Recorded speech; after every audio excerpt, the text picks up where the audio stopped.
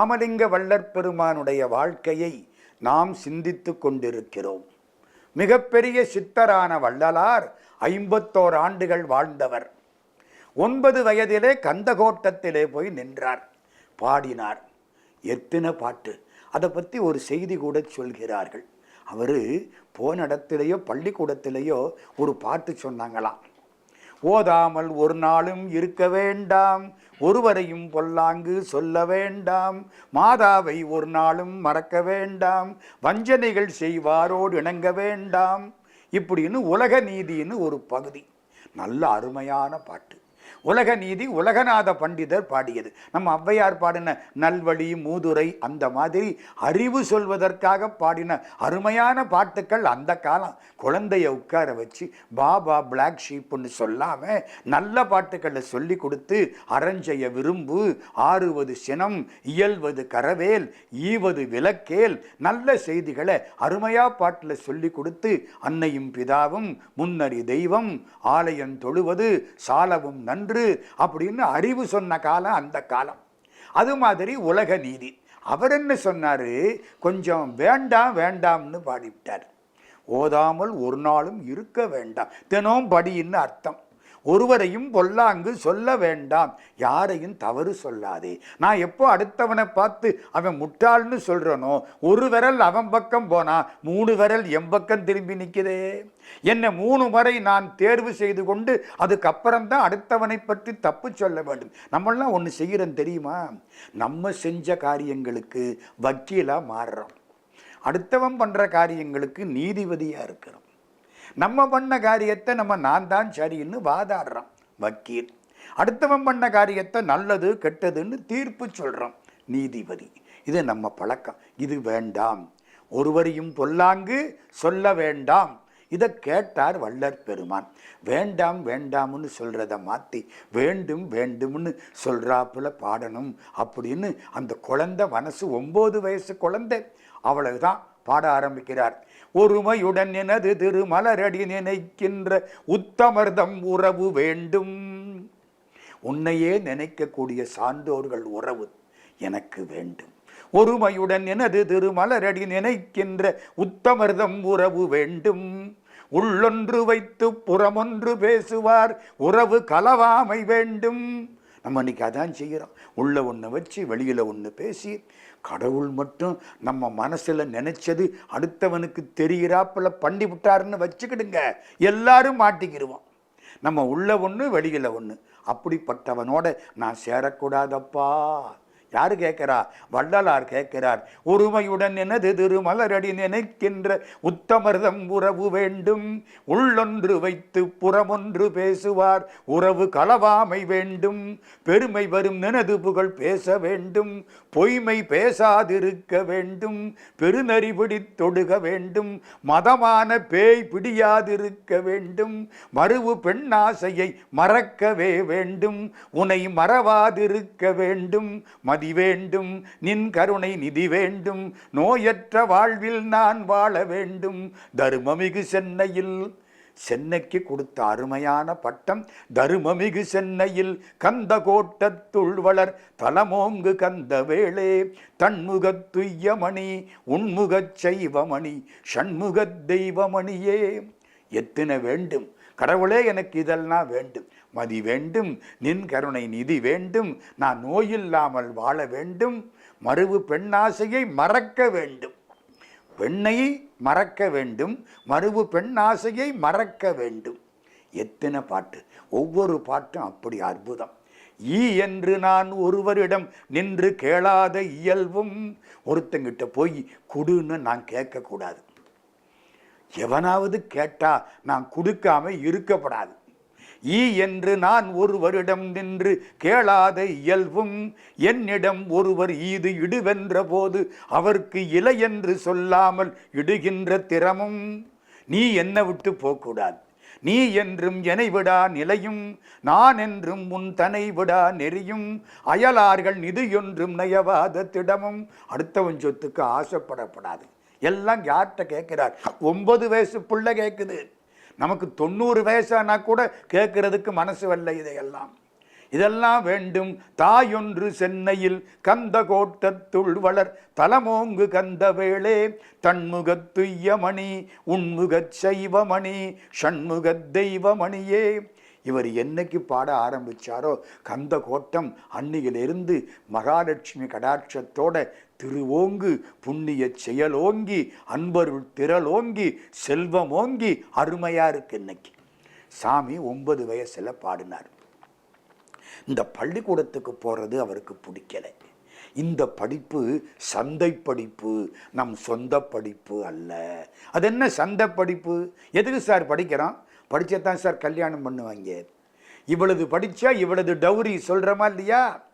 M Com படிச்சா இவ்வளவு, MA படிச்சா இவ்வளவு, எம்பிபிஎஸ் படிச்சா இவ்வளவு, ஐஏஎஸ் ஆனா இவ்வளவு.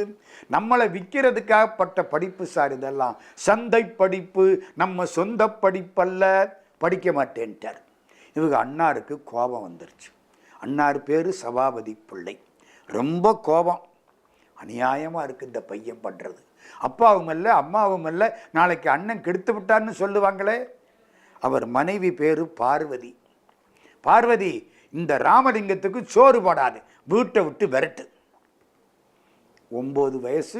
இப்போ கொஞ்சம் கூட வச்சுங்களேன், ஒரு 13-14 வயசு இருக்கும், அவ்வளவுதான் அதிகபட்சம். அதுவே வீட்டை விட்டு விரட்டு. இவனுக்கு சோறு போடாத, படிக்காத பிள்ளை வேண்டாம். வேற வழி இல்லை. வீட்டை விட்டு வெளியில வந்துட்டார். அத்தனை பேருக்கும் எத்தனையோ காலம் சோறு போட போற வள்ளலாருக்கு அவங்க அண்ணார் சோறு போடக்கூடாதுன்னு சொல்லி விரட்டி விட்டுட்டார். அன்னைக்கு கண்ணீர் வருது. அப்பா அம்மா இல்லாத பிள்ளை எங்க போய் சாப்பிடும்? ராமலிங்கம், ராத்திரிக்கு பின்கதவை திறந்து வச்சிருக்கிறேன், சாப்பாடு எடுத்து வைக்கிறேன், அண்ணனுக்கு தெரியாம வந்து சாப்பிட்டு போயிரு தம்பி. ஒருவேளை சாப்பாடு ராத்திரிக்கு ராத்திரி. ஒருவேளை சாப்பிட்றவனுக்கு யோகின்னு பேரு. 2 வேளை சாப்பிட்றவனுக்கு போகி, இன்பத்தில் இச்சை உள்ளவன். 3 வேளை சாப்பிட்றவனுக்கு ரோகின்னு பேரு. ஒருவேளை சாப்பாடு ராத்திரிக்கு ராத்திரி. சரி அண்ணி. போயிட்டார். எங்கெங்கயோ சுத்துறார். எல்லா இடத்துக்கும் போறார். திருவொற்றியூர் பெருமானுக்கு முன்னால போய் நிற்கிறார். திருவாசகம் பாடுறார். இவர் பாடின பாட்ட பாடலை. திருவாசகத்தில் ஆழங்கால் பட்டவர் ஆனமையினாலே திருவொற்றியூர் கோயில்ல போய் சிவபெருமானை பார்த்து, என்னால் அறியா பதந்தந்தாய் யானதறியாதே கெட்டேன், உன்னால் ஒன்றும் குறைவில்லை உடையாய் அடிமைக்கு யாரென்பேன், பன்னால் உன்னை பணிந்தேத்தும் பழைய அடியரோடும் கூடாது என் நாயகமே, பிற்பட்டிங்கிருந்தேன் நோய்க்கு விருந்தாயே. எல்லாம் திருவாசகம். கண்ணீர் கொட்ட பாடுகிறார். ஒவ்வொரு இடத்துக்கும் போனார். எல்லா இடத்துக்கும் போயிட்டு ராத்திரிக்கு வீட்டுக்கிட்ட வருவார். வந்து உட்காருவார், சாப்பிடுவார், அப்படியே போயிடுவார். ஒரு முறை திருவொற்றியூர்ல ரொம்ப நேரம் நின்றுட்டார். திருவொற்றியூர் அம்பாளுக்கு வடிவுடை மாணிக்கம்னு பேர். வடிவுடை மாணிக்க மாலை என்று ஒரு அழகான மாலை வள்ளலார் பாடியிருக்கிறார். அம்பாளை பார்த்தாரா, பாடினாரா, அப்படியே நின்றுட்டார். தன்னை மறந்துட்டார். ராத்திரி தாமதமா வந்தார். எப்பவும் சாப்பாடு வைக்கிற இடத்துல சாப்பாடு இல்லை, வீட்டில் பின்பக்கத்தில். சரின்னு படுத்துட்டார். பசி பரவாயில்ல, படுத்துட்டார். திடீர்னு ராத்திரி 11 மணி இருக்கும். யாரோ தட்டி எழுப்புறாங்க. ராமலிங்கம், ராமலிங்கம் எந்திரி. முழிக்கிறார். என்னப்பா சாப்பிடாம படுத்துட்டியே? அண்ணி வந்து நிற்கிறாங்க. அண்ணி, இந்த இடத்துல காணோம், நான் சாப்பிடலை, இந்த அந்த பக்கம் வச்சிருக்கேன். அப்பா கொண்டாந்து சாப்பாடு போட்டா இலை போட்டு வடை, பாயாசம், அப்பளம், சாம்பார், மோர் குழம்பு, ரசம், வத்த குழம்பு எல்லாம். அண்ணி என்ன விசேஷம்? எல்லாம் விசேஷம், நல்லா சாப்பிடு. சாப்பிட்டார். முடிஞ்சது. அண்ணி உள்ள போயிட்டாங்க. இவர் படுத்தார், தூங்கிட்டார். கையெல்லாம் கமகமன்னு வாசடிக்குது. விடிகால 5 மணி. திரும்ப அண்ணி வந்து எழுப்புறாங்க. ராமலிங்கம், ராமலிங்கம். என்ன அண்ணி, ராத்திரி சாப்பிடாம படுத்துட்டியாப்பா? அண்ணி என்ன சொல்றீங்க? இந்த அருக்கே உனக்கு வச்ச சாப்பாடு. அண்ணி, நீங்க ராத்திரி, நானா ராத்திரியா? நான் ராத்திரி படுத்த இப்பத்தானையா எந்திரிக்கிறேன். புரிஞ்சு போச்சு. யாரு சோறு போட்டா? கர்ப்பத்தில் இருக்கிற குழந்தைக்கு எவ சோறு போடுறாளோ, கல்லுக்குள்ளே இருக்கிற தேரைக்கு எவள் சோறு போடுகிறாளோ, அந்த வடிவுடை மாணிக்கம் சோறு போட்டாள். எனக்கு பசிக்குதுன்னு அம்பாள் சாப்பாடு போட்டாள். இதையெல்லாம் பாடுறாரு. அன்றொரு கால் நம்பசி கண்டு அந்தோ தரியாது நன்று இரவில் சோரளித்த நற்றாய்கான். எனக்கு பசிக்குதுன்னு அவ சாப்பாடு கொண்டு ஓடி வந்தாளே. நல்லா கேளுங்க, கடவுளுடைய திருவடிகளை மனத்தில் வைத்து அன்னையை வழிபட்டால் உங்களுக்கு சோறு போட அவள் காத்து கிடக்கிறாள். பால் நினைந்து ஊட்டும் தாயினும் சாலப்பறிந்து மாணிக்கவாசக பெருமான். பால் கேட்ட குழந்தைக்கு பார்க்கடல் கொடுத்தவர் சிவபெருமான். பாலுக்கு பாலகன் வேண்டி அழுதிட பார்க்கடல் ஈந்த பிரான். சாப்பாடு போட்டது பராசக்தி. கண்ணீர் வந்தது, அம்பாளை கும்பிட்டார், முடிஞ்சுது. அவங்க அப்பாவுக்கு திதி வந்தது. அப்படி திதி கொடுக்கிற பொழுது அவங்க அன்னார் மட்டும் உட்கார்ந்து திதி கொடுத்து விட்டார். அன்னைக்கு சாப்பிட உட்கார்றார். அன்னியார் சாதம் பரிமாறுறாங்க. அந்த காலத்தில் மனைவி தான் கணவனுக்கு சாப்பாடு பரிமாறுவாள். அப்படி பரிமாறுற பொழுது திடீர்னு இலையில ஒரு சொட்டு தண்ணீர் விழுந்தது. நிமிந்து பார்க்கிறார். அன்னியாருடைய கண்ணில் இருந்து கண்ணீர் வழிந்தது. சபாபதி பிள்ளைக்கு ஒன்றும் புரியலை. இதென்ன இவ அழுறா? கட்டின பொண்டாட்டி என்னன்னு கேட்டாராம்.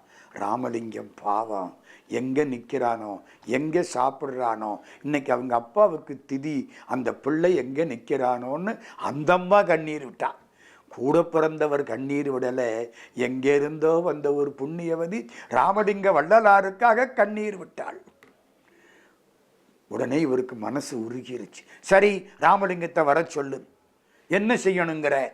மேலே மாடியில் அவனுக்கு ஒரு அறை ஒழிச்சு கொடுங்க. சரி. ஒரு கண்ணாடி வைங்கோ. சரி. ஒரு நாற்காலி போடுங்க. அவன் நிம்மதியாக இருப்பான். அவனை படிக்க சொல்லி கட்டாயப்படுத்தாதீங்க. அவன் இன்னி படிக்க என்ன பாக்கி இருக்கு? சரி, உன் விருப்பம். ஒரு வழியாக ராமலிங்கம் உள்ளே வந்துட்டார். மாடி, வீராசாமி பிள்ளை தெரு, 7 கிணறு. மேலே மாடியில் ஒரு அறை. அந்த அறையில் ஒரு நாற்காலி. நாற்காலியில் வள்ளற் பெருமான் உட்காருவார். எதிர்த்தாப்புல கண்ணாடி. இந்த கண்ணாடியை பார்த்து தியானம் பண்ணுவார். கண்ணாடியில் என்ன தெரியும்? திருத்தணி முருகன் காட்சி கொடுக்கிறான். சீர்கொண்ட தெய்வ வதனங்கள் ஆறும் தெரிகின்றன. திகழ் கடப்பன் தார்கொண்ட தோள்கள் தெரிகின்றன. கார்கொண்ட வன்மை தணிகாசலம் கண்ணுற்றது. திருத்தணி முருகன் காட்சி கொடுக்கிறான். என்ன சார் கதை பண்ணுறீங்க? அது எப்படி சார் காட்சி கொடுப்பான்? இப்போ நான் கண்ணாடிக்கு முன்னாலே நிற்கிறேன். என்னுடைய சட்டை தெரியும். சட்டையை கலட்டி விட்டா பனியன் தெரியும். பனியனையும் கலட்டி விட்டா என்னுடைய உடம்பு தெரியும். இந்த உடம்பையும் உடம்பை கலட்ட முடியாதோ? கலட்டி விட்டா என்ன தெரியும்? உடம்புக்குள்ளே இருக்கிற நினப்பு தெரியும். நினப்பு தான் வள்ளலாருக்கு முருகன். மனசுக்குள்ளே இருக்கிற முருகன் வெளியில் தெரிந்தான். இங்கே உள்ளே இருக்கிற முருகப்பெருமானை எதிர்த்தாப்புல கண்ணாடியில் பார்த்தார்.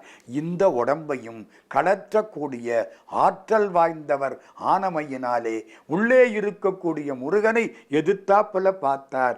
கார்கொண்ட வன்மை தணிகா சலமும் என் கண்ணுற்றதே.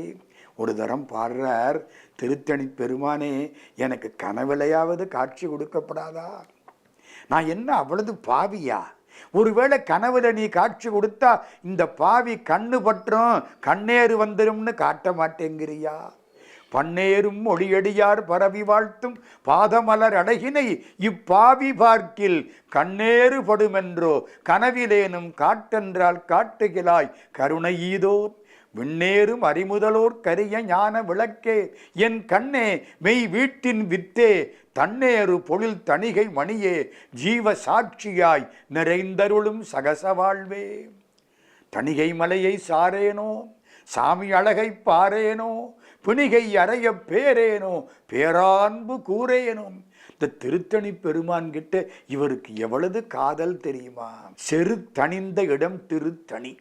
திருத்தணியை விடாமல் வழிபட்டால் இந்த கோபம், ஆத்திரம், சண்டை, தீவிரவாதம் எல்லாம் குறைஞ்சிரும், இல்லாமல் போயிடும்.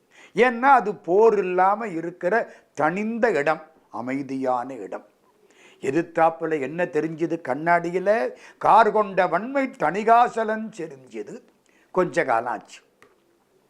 அவங்க அன்னார் சபாபதி பிள்ளை சொற்பொழிவாற்ற போகணும். சோமு செட்டியார் வீடுன்னு ஒரு வீடு. சோமு செட்டியார் வீட்டில் ஊரில் உள்ளவங்கெல்லாம் கூடி உட்கார்ந்து ராத்திரிக்கு 8லேருந்து 10 வரைக்கும் நல்ல செய்திகளை கேட்பார்கள். அதெல்லாம் ஒரு நல்ல காலம். நம்ம 8லேருந்து 10 என்ன பண்ணுறோம்னு நமக்கே எல்லாருக்கும் தெரியும். ஊர் மக்கள் பூரா சேருவாங்க. எல்லாம் பெரிய புராணம், கம்பராமாயணம், கந்த புராணம், திருவிளையாடல் புராணம். கடவுளை பற்றி நினச்சி தூங்கினா தூக்கம் நிம்மதியாக வரும். இல்லைன்னா தூக்கம் கண்டவாகில் போகும், கனவு வந்துடும். இப்போ சோமு செட்டியார் வீட்டில் இவர் பேசணும். இப்படி பேசுறதுக்கு தயார் பண்ணிவிட்டார். சபாபதி பிள்ளைக்கு உடம்பு சரியில்லாமல் போச்சு. முடியலை, பேச முடியலை. என்ன செய்யலாம்? அண்ணியார் சொன்னார்கள், நம்ம ராமலிங்கத்தை போய் ஒரு 10 பாட்டு படிச்சுட்டு வர சொல்லுங்க. அந்த காலத்தில் எப்படி தெரியுமா, சபாபதி பிள்ளை பேசுவார். அந்த பேச்சுக்கான பாட்டுக்களை பக்கத்தில் உட்கார்ந்து ஒருத்தர் பாட்டுகளை வாசிப்பார். ராமலிங்கமே அப்படி சில காலம் செய்திருக்கிறார். இப்போ ஒன்று செஞ்ச, நம்ம ராமலிங்கத்தை அங்கே போய் ஒரு 10 பாட்டை படிச்சுட்டு வர சொல்லுங்க. ஊர் மக்கள் எல்லாம் கூடியிருப்பார்கள். எல்லாருக்கும் அப்புறம் ஒரு ஏமாற்றமாக போகப்படாது, போக சொல்லுங்கள். ராமலிங்கம், நீ போயிட்டு வர்றியா? சரி. ராமலிங்க வள்ளற் பெருமான் அங்கே போனார். ஊரே கூடி உட்கார்ந்துருக்கு. இன்னைக்கு அன்னார் வல்ல தம்பி தான் வந்திருக்கார். ஏதோ கொஞ்சம் படிச்சுட்டு போவார். தம்பி, உங்களுக்கு தெரிஞ்சதை சொல்லுங்களேன். வள்ளற் பெருமான் உட்கார்ந்தார். பெரிய புராணத்திலே சம்பந்தருடைய வாழ்க்கை, வேத நெறிதலை தோங்க, மிகு செய்வத்துறை விளங்க, பூத பரம்பரை பொலிய, புனிதவாய் மலர்ந்தழுத, சீதவள வயற்புகலி, திருஞான சம்பந்தர் பாதமலர் தலை கொண்டு திருத்தொண்டு பரவுவாம். திருஞான சம்பந்த பிள்ளையார் அழுது அழுது அழுது உலகை வாழ்வித்தவர். அழுதுலகை வாழ்வித்த கவுனியர் குலாதித்த திருப்புகள் பேசுகிறது. அப்படி உலகம் வாழ்வதற்கு தான் அழுதவர் ஞான சம்பந்த பிள்ளையார். திருஞான சம்பந்தரை பற்றி வள்ளலார் பேச ஆரம்பிச்சாரா? திருஞான சம்பந்தர் தானே இவருக்கு குரு. பேச பேச பேச ஊர் மக்கள் எல்லாம் அந்த பேச்சில் ஈடுபட்டு விட்டார்கள். எப்போ பேசுகிறவன் ஈடுபடுகிறானோ அப்பொழுது கேட்பவர்களும் அந்த பேச்சில் ஈடுபடுவார்கள். அப்படியே கேட்டாங்க. எல்லாருக்கும் மகிழ்ச்சி. ஆகா, ரொம்ப நல்லா பேசிவிட்டார். 2 மணி நேரத்துக்கு மேலே பேசியிருக்கிறார். சோமு செட்டியாருக்கு ரொம்ப மகிழ்ச்சி. ஒரு கவரில் பணம் வச்சு கொடுத்தார். ராமலிங்க சாமி தலையை சுற்றி எரிஞ்சிட்டு போயிட்டார், வீட்டுக்கு போயிட்டார். மறுநாள் சோமு செட்டியார் இங்கே வந்துட்டார். அன்னாரை பார்த்தார் சபாபதி பிள்ளையர். சபாபதி பிள்ளை, 2 விண்ணப்பம் சொல்லுங்க. நேற்று தம்பி நல்லா பேசினாரா? தம்பியா? சேக்கிழாரே பேசினார். பெரிய புராணத்தை தம்பியா பேசினார். தூக்கு சீர்திரு தொண்டத் தொகை விரி வாட்டினார் சொல்ல வல்லபிரான் எங்கள் பாட்டிய பயனாய் பதி குன்றை வாழ் சேக்கிழாரே பேசினார். சபாபதி பிள்ளை, 2 விஷயம் சொல்லுங்க. 1, இனிமே நீங்க வர வேண்டாம், தம்பியை அனுப்புங்க. 2, அதுக்கு தர வேண்டிய பணத்தை உங்க கையில கொடுத்துட்றேன். ஏன்னா உங்க குடும்ப செலவுக்கு வேணும். தம்பிகிட்ட கொடுத்தா தலையை சுற்றி எரிஞ்சிட்டு போயிடுறார். வள்ளற் பெருமானுக்கு பணத்தாசை அப்பவே கிடையாது. தலையை சுற்றி எரிஞ்சிட்டு போயிடுறார். அதனாலே பணத்தை நீங்க வாங்கிக்கிடுங்கோ, தம்பி பிரசங்கம் பண்ணட்டும். சபாபதி பிள்ளை மனைவியை கூப்பிட்டார். பார்வதி, பாத்தியா, இவன் என் பொழப்பை கெடுத்து விட்டான். ஆனாலும் ஒரு மகிழ்ச்சி, இந்த தம்பி இப்படி இருக்கிறார். அருமையான ஏற்பாடுகள். எல்லாரும் கூப்பிட்டார்கள். சாமி எல்லா இடத்துக்கும் போக மாட்டார், சில இடத்துல மட்டும்தான் சொற்பொழிவு செய்வார். சென்னையில் வாழ்ந்த பொழுது பல நிகழ்ச்சிகள். ஒரு முறை திருவொற்றியூரில் இவர் வழிபாடு பண்ணுறார். நெல்லிக்காய் பண்டார சந்துன்னு ஒரு சந்து. அந்த சந்து வழியாத்தான் இவர் போவார், வந்துடுவார். இந்த சந்நிதி தெரு வழியாக போனார். சந்நிதி தெருவில் ஒரு நிர்வாண சன்னியாசி, எந்த ஆடையும் கிடையாது, உட்கார்ந்துக்கிட்டு இந்த போறவன் வர்றவனை பார்த்து, அந்த யானை போகுது, இந்த குரங்கு போகுது, இந்த ஆந்த போகுது, மனுஷன் போகுதுன்னு சொல்ல மாட்டேங்கிறார். பகல் பூரா தூங்கிவிட்டு ராத்திரி பூரா எவன் தலையை தடவலாம்னு நினைக்கிறான் பாருங்க, இவன் தான் ஆந்தை. பழிக்கு பழி வாங்கலான்னு நினைக்கிறான் பாருங்க, இவன் தான் யானை. நயவஞ்சகமாக நிற்கிறான் பாருங்க, அவன் தான் நரி. சுமையா சுமக்கிறான் பாருங்க, அவன்தான் கழுதை. ஒவ்வொருத்தனையும் அவனுடைய தகுதிக்கு தகுந்தாப்புல இந்த நிர்வாண சாமியார் பேரு வச்சு 6 அறிவு மனுஷனை 5 அறிவு விலங்காக்கி சொல்லிக்கிட்டு இருக்கார். இவர் நிர்வாணமாக உட்கார்ந்துருக்கார்.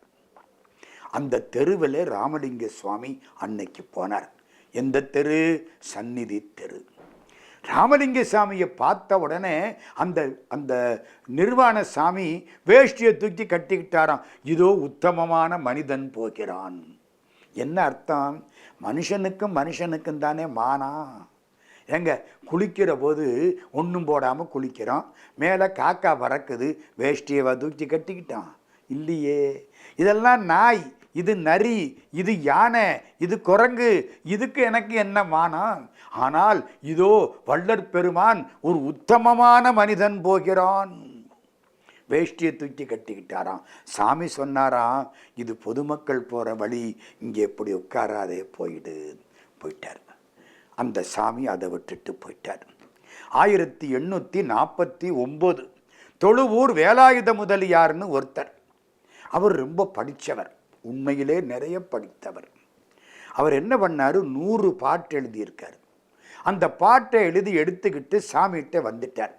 ராமலிங்க சுவாமிகிட்ட பாட்டை காமிச்சார். இது சங்க காலத்து செய்யுள். சாமி வாங்கி படித்து பார்த்தார். இல்லையே, தெரியலையே, யாரோ ஒரு கற்றுக்குட்டி பாடியது. இது சங்க செய்யுள் அல்ல, ஒரு கற்றுக்குட்டி பாடியது.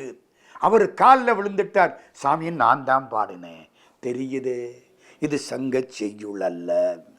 இந்த தொழுவூர் வேலாயுத முதலியார் இவருக்கு பக்தரானார், தொண்டரானார், அடிமையானார், திருவருட்பாவை பதிப்பித்தார். வள்ளலார் வாழ்க்கை திருவருட்பாவோடும் திருவாசகத்தோடும் இணைந்தது. இந்த தொழுவூர் வேலாயுத முதலியார் மிகச் சிறப்பான பதிப்புத் துறையில் இருந்து திருவருட்பாவை வெளியில் கொண்டு வந்தார். வள்ளலாருடைய வாழ்க்கை இன்னும் தொடர்கிறது.